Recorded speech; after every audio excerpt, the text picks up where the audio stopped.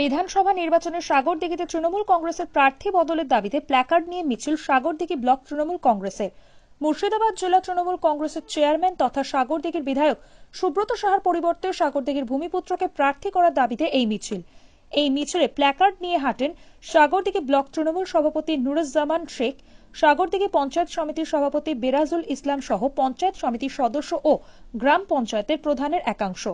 তো আজকে দেখেন সমস্ত মিডিয়া যে কোনো চ্যানেলে দেখাচ্ছে সাগরদিঘি কে পাবে না তো কংগ্রেস।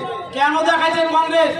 কোথাও সুব্রত শাহ নাম করছে বলে সুব্রত শাহকে দাদা চাই না, তখন চ্যানেলে দেখাচ্ছে সুব্রত শাহ চ্যানেলে যখন দেখাচ্ছে তখন বলছে এই সাগরদিঘি কংগ্রেস পাবে।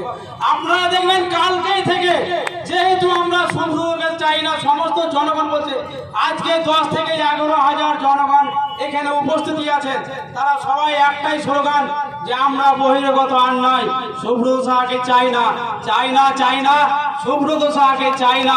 এই যে একটা স্লোগান, এই দেখেন যেই সুব্রত শাহর ছেলে, যেই সুব্রত শাহর ছেলেকে সমস্ত লোক টিভি চ্যানেলে দেখেছে, পেপার পত্রিকায় দেখেছে, লজ্জা করে না? তার ছেলেকে সাগরদিঘি নিয়ে আসছে। আমরা সাগরদিঘি খারাপ করতে চাই না, সুব্রত শাহ জানে ওর ছেলেকে সাগরদিঘি না আসে, ওর সাগরদিঘিতে ওর ছেলের ইতিহাস সবাই জানে, ওর ছেলে কি করে, এই বাঁদর ছেলে জানে সাগরদিঘিতে না করবে, উৎপাদনকে করবে, বিধায়ক করবে, নিজের টাকা ফেলে রাখবে। 10 বছরে বলে কি উন্নয়ন করেছে নিজের বিধায়ক হিসাব আমাদেরকে দিতে হবে। শুধু সাগরদিঘিতে জিতে গিয়ে দিতে বলবে আমার সব লোক, আমার সব লোক।